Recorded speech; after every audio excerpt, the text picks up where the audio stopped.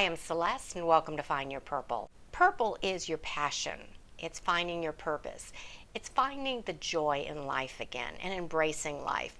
And that takes all different kinds of forms for all of us. So what I'm talking about today might start off sounding a little off topic, but stay with me. Or if you watched my videos in August, you might have seen that in the first week of August, I moved to a plant-based diet.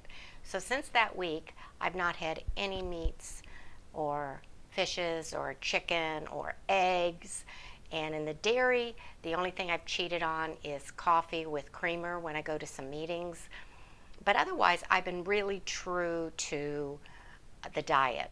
They suggested that on breakfast you could eat, beans and vegetables, that kind of thing. And I'm so used to my egg and toast. I'd done a video on it. It was my go-to breakfast. And I took off that video because I'm not eating that anymore on this diet. So this morning I had sweet potato soup with kale. And it made me think how my mind controls what I think I should be eating. I mean, breakfast to me was eggs, maybe oatmeal, but I was really into eggs. When I think of vegetables and beans, that does not sound like breakfast to me. It reminded me of a show I saw on Ellen, and it had to be a few years ago. Salma Hayek was her guest. Salma shared one of her favorite cultural dishes. It was a delicacy in her country, and it was fried cricket tacos. I hate crickets, and if you live in Texas, you get cricket season, and there's a bunch of dead crickets around, and to think that that's a delicacy.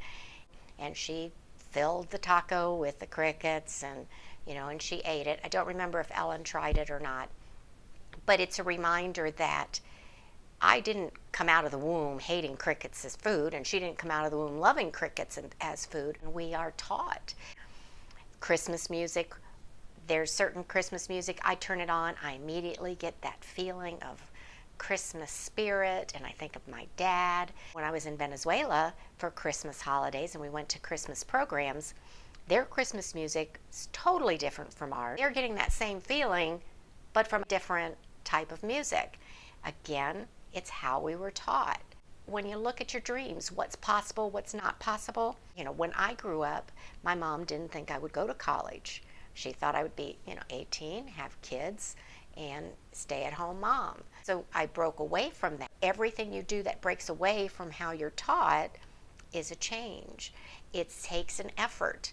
So going to this plant-based diet is very much a process for me because I always made my meals around meat. I made my breakfast around eggs. I have to recalibrate my brain. I have to rethink things and change.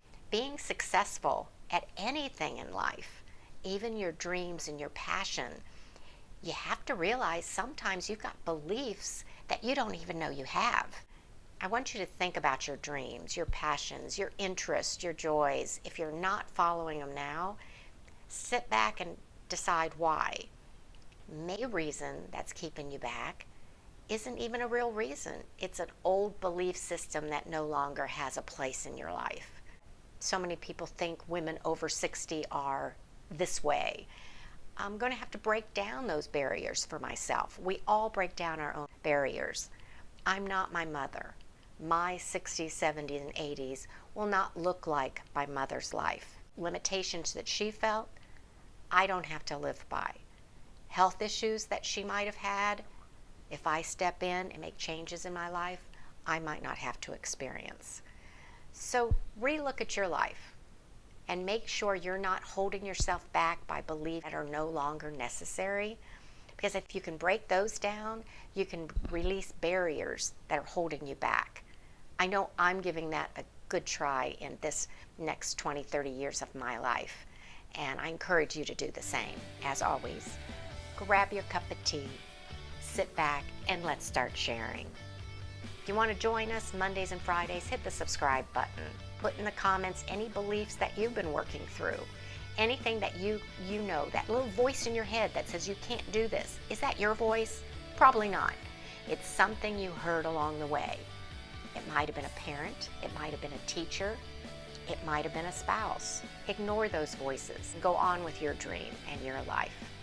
Mold the life that you want to have. Doesn't have to look like anybody else's.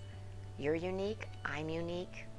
Everybody was brought to this earth with their own purpose.